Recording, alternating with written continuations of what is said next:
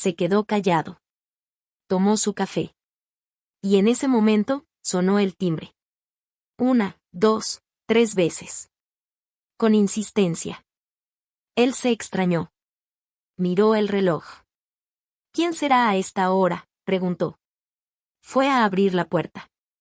Yo me quedé parada en la cocina. El corazón me latía tan fuerte que creí que se me iba a salir del pecho. Escuché a alguien hablar. Eran 2 hombres.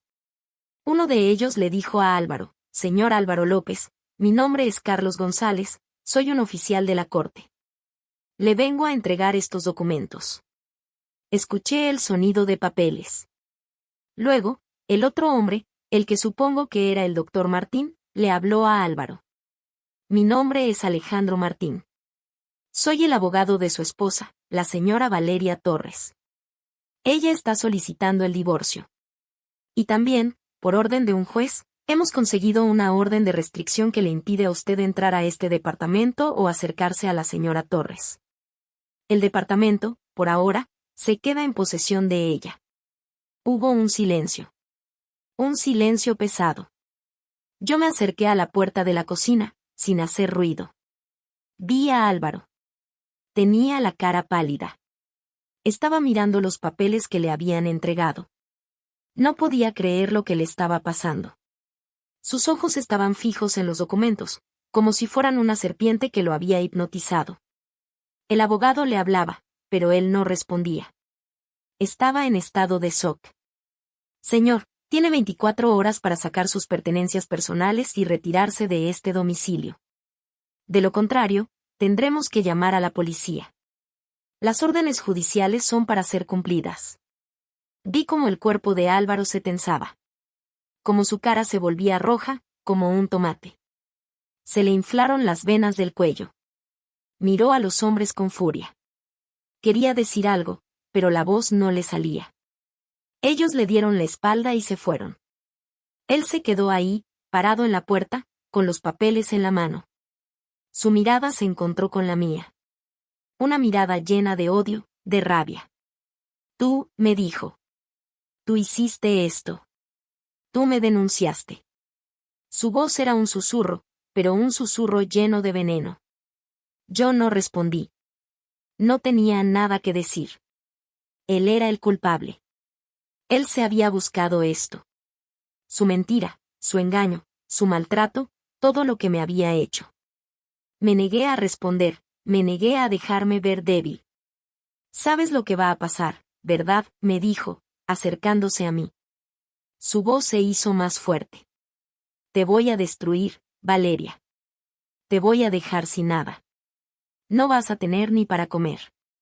Se me acercó tanto que sentí su aliento en mi cara. Y cuando me vaya, me voy a llevar todo. Todo lo que te gusta de este departamento. No te voy a dejar nada. Te vas a arrepentir de esto, te lo juro. Me quedé parada, sin moverme. Sin mostrarle miedo. Sentí mi corazón latiendo muy rápido. Lo miré a los ojos, con la cara seria. No te vas a llevar nada, Álvaro, le dije. Y no te preocupes por mí. Voy a estar bien. Pero tú te vas a quedar solo. Sin nada. Sin nadie. Él se quedó ahí, mirándome. Su cara de asombro y furia. Nunca en su vida se le había ocurrido que yo, la mujer que siempre fue sumisa y mansa, fuera capaz de algo así. Se dio la vuelta y se fue a su estudio, dando un portazo. Escuché el ruido de cosas rompiéndose. Lo escuché gritar. Gritar mi nombre. Gritar con rabia. Y por primera vez en mucho tiempo, en vez de sentir miedo, sentí alivio. Una paz profunda. Él podía romper las cosas, podía gritar, podía insultarme. Pero ya no podía tocarme. Ya no podía lastimarme. Yo estaba a salvo. Me quedé sola en la cocina. El café se había enfriado. Miré a mi alrededor. El departamento se sentía diferente. Un poco más grande. Más silencioso. Ya no había una presencia que me oprimía, que me hacía sentir mal. Respiré hondo. Un aire fresco, limpio, entró en mis pulmones. Era el aire de la libertad. Aquí está la tercera y última parte de la narración personal. He integrado todos los elementos del final que me has pedido, manteniendo la coherencia, el estilo y la extensión. El portazo de Álvaro resonó en el departamento. Un sonido fuerte que, en lugar de asustarme, me hizo sentir un alivio profundo. Un silencio pesado se instaló en el aire, un silencio que no era el silencio opresivo de antes, sino un silencio liberador. Me quedé parada en la cocina. El café seguía frío en la taza. Lo miré. Ya no me importaba. Me acerqué, tomé la taza, y la tiré en el fregadero. Con un gesto, me deshice de algo que me recordaba a él, a su presencia, a la vida que había tenido. Por primera vez en mucho tiempo, me sentí dueña de mi casa. Del espacio. La sensación de que podía moverme con libertad por cada rincón, sin miedo a ser juzgada, a ser criticada, o a que él me hiciera sentir pequeña, era abrumadora. Fui a mi cuarto, cerré la puerta con llave, y me senté en la cama. Me quedé un buen rato ahí, en la oscuridad, simplemente respirando. Mis pulmones se llenaban de aire puro. Un aire que no tenía su olor, ni su presencia. Era solo mío. Y me sentí tan bien. Tan extraña, pero tan bien. Era el comienzo. Los días siguientes fueron una mezcla de emociones. El departamento se sentía vacío, pero era un vacío bueno. Era un vacío que yo podía llenar. Me levantaba, hacía ejercicio, leía, escuchaba música. Cosas que antes no hacía, porque él siempre estaba. Salía a caminar por la calle, con la cabeza en alto, sin sentir la necesidad de esconderme. El doctor Martín se puso en contacto conmigo. Tenía noticias de los abogados de Álvaro. Me dijo que él estaba furioso. Que sus abogados estaban intentando desestimar la orden de restricción. Pero no podían. Las pruebas que yo había recolectado eran sólidas. Los mensajes, el contrato de alquiler, las fotos del disco duro, todo estaba en su lugar. Valeria, me dijo el abogado, el caso es muy fuerte. Él no tiene nada que hacer. Ya están hablando de una conciliación, pero no te preocupes. Vamos a ir por lo que te corresponde. Me sentí tranquila. Tenía a alguien de mi lado, a alguien que me defendía. El abogado me explicó el proceso legal, los tiempos, los documentos que teníamos que presentar. Yo le enviaba todo lo que encontraba. El contrato, las fotos. Todo. Cada vez que le mandaba un nuevo documento, me sentía un poco más fuerte. Como si cada papel fuera una pieza de mi libertad. Una tarde, mientras estaba en la cocina, escuché el timbre. Sentí un escalofrío en la espalda. ¿Sería él? Me acerqué a la mirilla. Vi a una mujer. Era la prima de Álvaro, una chica que me caía bien, pero con la que no tenía mucha relación. Abrí la puerta. Hola, Valeria, me dijo, con la cara un poco pálida.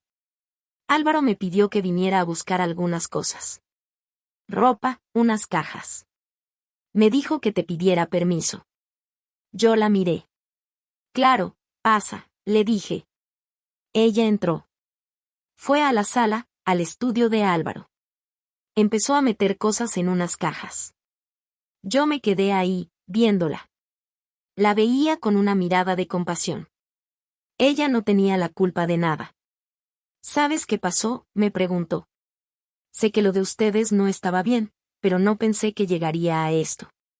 Yo no le respondí, solo la miré. Ella entendió. Él está furioso, me dijo.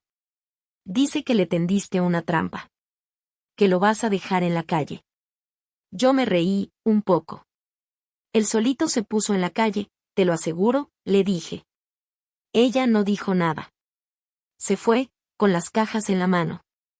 En los días siguientes, el departamento se sintió aún más libre. Las cajas de Álvaro se habían ido. Sus cosas ya no estaban. Me senté en el suelo de la sala. Miré a mi alrededor. Era mi espacio. Me levanté, fui a la tienda de la esquina y compré pintura. Blanco. Quería que todo fuera blanco, sin manchas. Empecé a pintar las paredes. Era un trabajo duro. Mis manos se llenaron de pintura, pero no me importaba. Era un trabajo que hacía con placer. Cada capa de pintura que ponía era como si estuviera borrando un recuerdo malo. Borrando el dolor, la humillación, la tristeza. Borrando a Álvaro. Una tarde, me llamó Ana. ¿Cómo estás?, me preguntó. Bien, le dije. Pintando el departamento. Ella se rió. Me alegra escucharlo. Te lo mereces, después de todo lo que pasaste. Y te tengo una buena noticia. Mis contactos me dijeron que la orden de restricción va para largo. Y que el divorcio va a salir a tu favor. Te lo mereces. Me sentí feliz. Sentí que todo mi trabajo, toda mi planificación, toda mi paciencia, había valido la pena. No era solo por el dinero, era por la justicia. Era por mí. Las semanas se convirtieron en meses. El departamento estaba irreconocible. Había comprado muebles nuevos, puesto fotos en las paredes. Eran fotos mías, de mi familia, de mis amigos. Era un lugar que me reflejaba a mí. Empecé a ir a terapia. Hablaba con una psicóloga sobre lo que me había pasado. Sobre la manipulación, sobre el maltrato. Me ayudó a entender que lo que yo viví no era normal. Que él era un narcisista, que me había hecho creer que yo era el problema, cuando en realidad, el problema era él. En la terapia, me di cuenta de lo mucho que me había encerrado en esa relación. Me había olvidado de mis amigos. De mi familia. Empecé a reconectar con ellos. Fui a visitar a mi prima Ana. Fui a casa de mis padres. Hablamos. Les conté todo. Se quedaron impactados, pero me apoyaron. Eres una guerrera, mi amor, me dijo mi mamá, con lágrimas en los ojos. Y te apoyamos. Siempre. Sentí su amor. Sentí su fuerza. Y me di cuenta de que no estaba sola. Que tenía a la gente que me quería de verdad. En una de esas salidas con mis amigas, fuimos a una cafetería nueva. Estábamos sentadas, hablando, riendo. Yo me sentía feliz. En paz. En un momento, me levanté para ir al baño. Cuando regresé, vi que mi amiga, la que estaba sentada a mi lado, estaba hablando con un hombre. Era un hombre con una barba corta, ojos claros y una sonrisa muy amable. Valeria, te presento a Martín, me dijo mi amiga. Es un amigo de mi marido. Martín, ella es Valeria. Nos saludamos con la mano. Me miró, con una sonrisa sincera. Mucho gusto, me dijo. Hablamos por un rato. Me preguntó qué hacía, a qué me dedicaba. Yo le pregunté lo mismo. Martín era un hombre tranquilo, amable. Trabaja de ingeniero. No era como Álvaro. No me hacía sentir presionada. No me hablaba con arrogancia. Hablaba conmigo como si yo fuera una persona normal, como si mi opinión importara. Intercambiamos números. Al día siguiente, me envió un mensaje de texto. ¿Quieres ir a tomar un café? Yo le dije que sí. Y así empezó todo. Con una simple invitación. Las citas se convirtieron en conversaciones largas. Las conversaciones largas, en paseos. En cenas. En ir al cine. Martín me hizo sentir cómoda. Me hizo sentir segura. Él sabía que yo había pasado por un divorcio. Le conté un poco de mi historia, de lo que había vivido. Él me escuchó. Me dijo que lo sentía. No me juzgó. Solo me apoyó. Me sentí respetada. Poco a poco, me fui enamorando de él. De su voz, de su sonrisa, de su forma de tratarme. Me di cuenta de que el amor no tenía que ser una lucha constante. Que el amor podía ser simple, podía ser tranquilo. Podía ser bueno. 1 año y medio después de que me divorciara de Álvaro, Martín y yo nos casamos. Fue una boda pequeña. Con nuestras familias y amigos cercanos.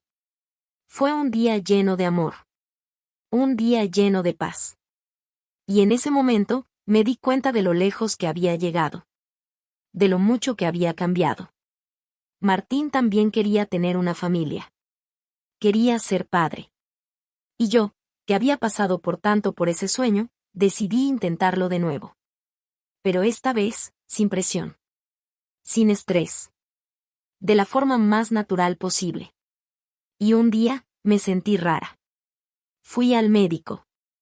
Y ahí, en el consultorio, me dieron la noticia. Estaba embarazada. Cuando se lo dije a Martín, se puso a llorar. Me abrazó con tanta fuerza que me costó respirar. Te amo, me dijo. Y a nuestro bebé también. Mi embarazo fue tranquilo. Sin complicaciones. Sin presiones. Y 9 meses después, nació mi hijo. Un niño sano, fuerte, hermoso. Lo tuve en mis brazos. Y sentí un amor tan grande, tan profundo, que no podía expresarlo con palabras. Mi sueño de ser madre, el sueño que Álvaro me había arrebatado, se había hecho realidad. Y se había hecho realidad con el hombre que me amaba de verdad. Un hombre que no me juzgaba, que no me manipulaba, que no me hacía sentir que era una inútil. Me hizo sentir la mujer más feliz del mundo. Con el tiempo, me enteré de lo que le había pasado a Álvaro. Me lo contó una amiga en común. El divorcio salió a mi favor. Tuve una buena compensación económica. Él se quedó sin la mitad de todo. La mitad de su dinero, de sus inversiones. La mitad de las propiedades que había puesto a su nombre. Y eso fue solo el principio. Después de eso, en la empresa donde trabajaba, se enteraron de todo. De la orden de restricción, del divorcio, de las demandas. Él fue despedido. Perdió su trabajo. Perdió su estatus. También me enteré de lo que pasó con Julia. Ella, al ver que él se quedaba sin nada, lo dejó. Los dos se pelearon. Él la acusó de ser una cazafortunas. Ella lo acusó de ser un cobarde, de no haber sabido manejar la situación. La relación se rompió. Él se quedó solo. Sin dinero. Sin trabajo. Sin Julia. Y sin el bebé, que creció lejos de él. Un día, lo vi. Fue un encuentro casual. Yo iba en el coche con Martín y mi hijo. El niño estaba en su sillita, en la parte de atrás. Él estaba parado en la esquina. Se veía demacrado. Su ropa estaba un poco desaliñada. Tenía la cara triste. Nos vio. Vio a Martín. Vio a mi hijo. Nos miró. Y en sus ojos, vi la tristeza. Vi el arrepentimiento. Me miró, y no dijo nada. Solo se quedó ahí, parado. Yo me quedé callada. Tampoco dije nada. Seguimos nuestro camino. Y no volví a verlo nunca más. Ese encuentro me dio una sensación de cierre. De que la justicia se había cumplido. No sentí alegría por su miseria. Sentí una pena por la vida que él había elegido. Por el camino que había tomado. Y me di cuenta de que mi venganza no había sido dejarlo sin nada. Mi venganza había sido construir mi vida. Construir mi felicidad. Con un nuevo amor, con un nuevo hogar. Con mi hijo. Ahora, cada mañana, cuando me levanto, miro a mi hijo. Veo sus ojos, veo su sonrisa. Y me doy cuenta de que todo lo que pasó, todo el dolor, toda la traición, todo valió la pena. Me hizo la persona que soy hoy. Una mujer fuerte. Una mujer que se ama a sí misma. Y una mujer que encontró la felicidad. Gracias por acompañarme en este viaje por las historias de Reddit. Si quieres seguir descubriendo los secretos y las confesiones de Internet, asegúrate de unirte.